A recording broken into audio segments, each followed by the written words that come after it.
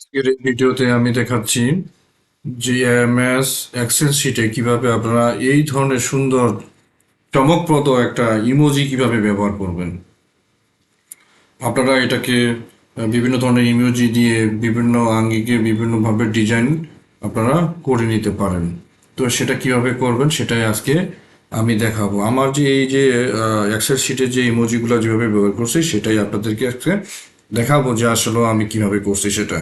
তো প্রথমে আমি চলে গেলাম কাজে, যেখানে এখানে আমি কিছু নেম নাম্বার এবং ইমোজি প্রোডাক্টে বা আপনার যে প্রোডাক্ট 1 নাম্বারে এখানে কয়টি আমি ইমোজি লাগবে একটা, প্রোডাক্ট 2 লাগবে দুইটা, প্রোডাক্ট 3 তিনটা, প্রোডাক্ট 4 এভাবে আমি নাম্বারিং করে নিয়েছি। আপনারা আপনাদের মতো সুবিধা মতো আপনারা ইমোজি নাম্বারগুলা নেবেন।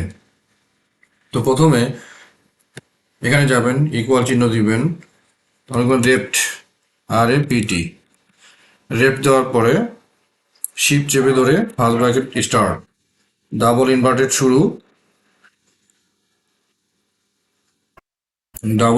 শুরু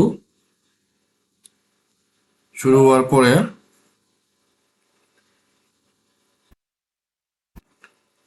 উইন্ডোজ বাটন চেপে ধরে ফুল স্টপ, অথবা উইন্ডোজ বাটন চেপে ধরে সেমিকোলন, দুইভাবে নিতে পারবেন। একটা হলো উইন্ডোজ বাটন চেপে ধরে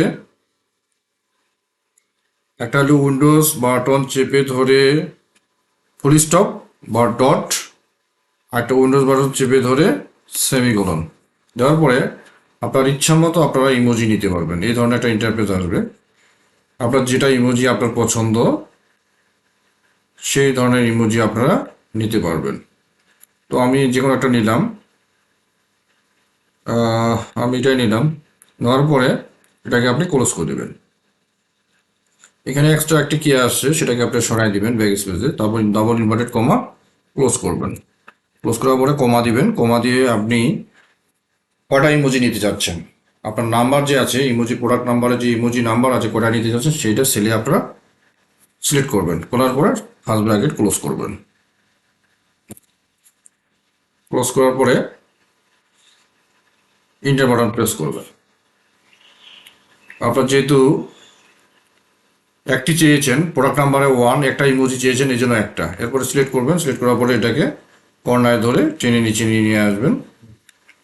দেখেন আপনি প্রোডাক্ট 10টা চেয়েছেন, 1 2 3 4 5 6 7 8 9 10টা, এইভাবে আপনারা ইমোজি ব্যবহার করতে পারবেন। তো ধন্যবাদ সকলকে।